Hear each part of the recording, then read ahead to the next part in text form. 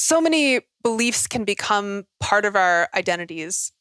Our political beliefs, for sure, our religious beliefs, but also tons of random beliefs that you wouldn't think of. Like, I lived in the San Francisco Bay Area for a number of years, and so I'm well aware that people's beliefs about which programming language is better than which other programming language can become part of their identities, and people will get very passionate and defensive in those conversations.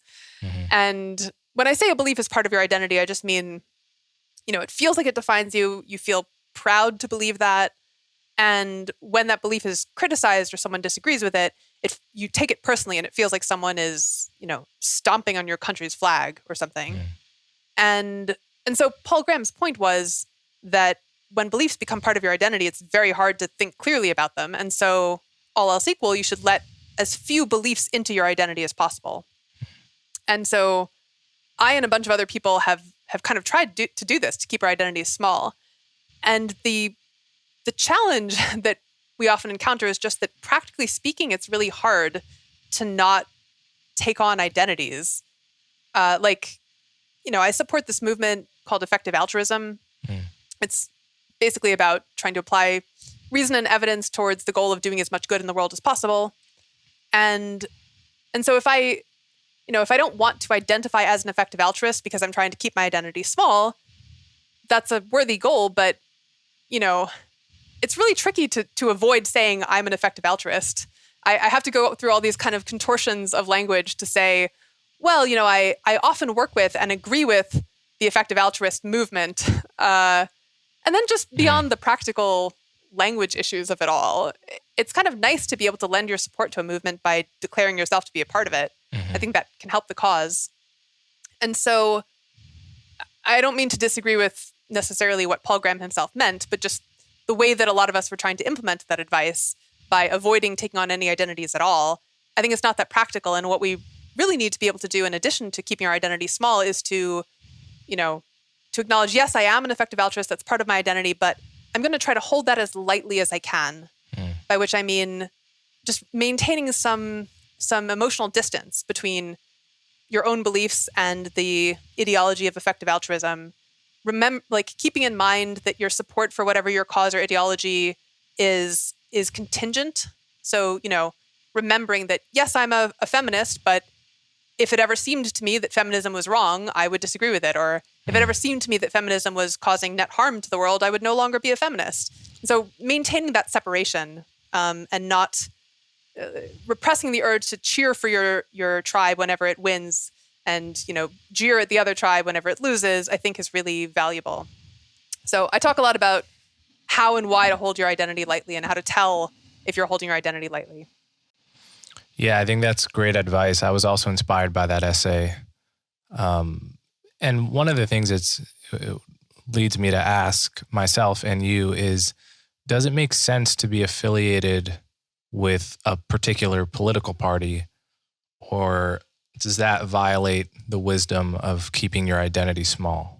One of the consequences of my attempt at keeping my identity as small as possible is that I did stop identifying as a Democrat, even though I'm registered as a Democrat, and I think I've always voted for Democrats, at least at the presidential level.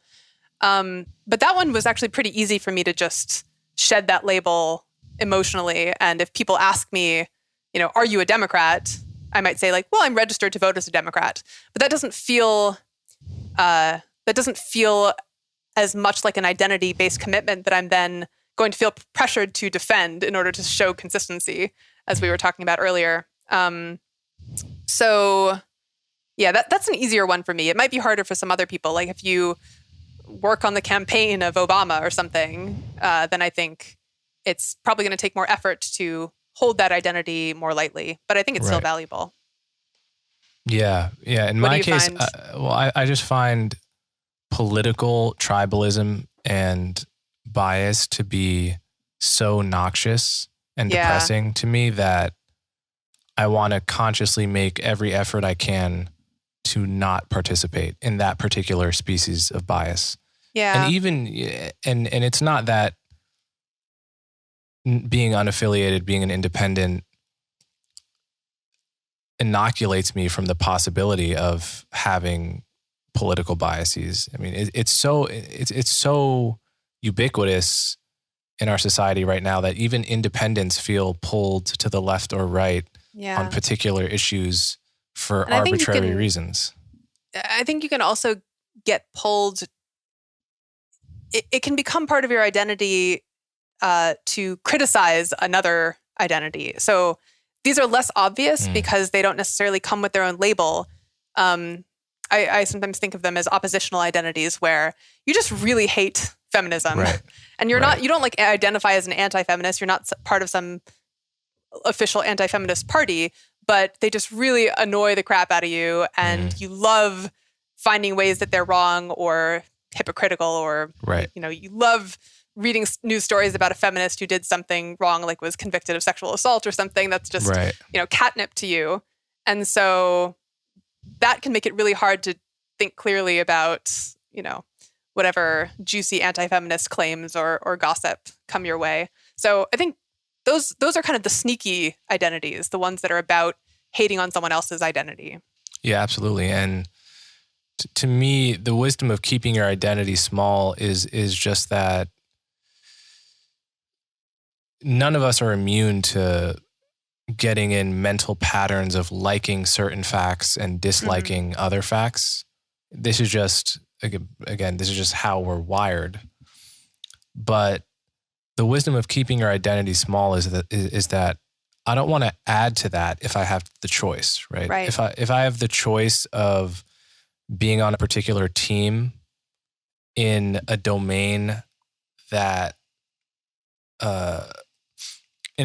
that's going to lead me towards a certain set of truths or another, I would rather be the referee. I would rather cultivate the identity of myself being the referee in the hopes that will at least take the edge off some of the biases that I'm nevertheless likely to fall into. Exactly. In fact, that's part of my closing advice in the book, is that we always feel this urge to have some identity, something that we kind of pride ourselves on, that we feel defines us. And so why not take advantage of that and make being a scout or being intellectually honest or being an independent thinker part of your identity? And you have to do that carefully because you don't want to, like, for example, you don't want to define your identity as I'm someone who's always right about things, or you don't want to define your identity as I'm someone who never agrees with the common wisdom, because that's also not a truth tracking strategy. But if you can pride yourself on, being willing to change your mind, or pride yourself on being able to articulate the other side's position accurately enough that they say, yes, that's a well put articulation of what we believe.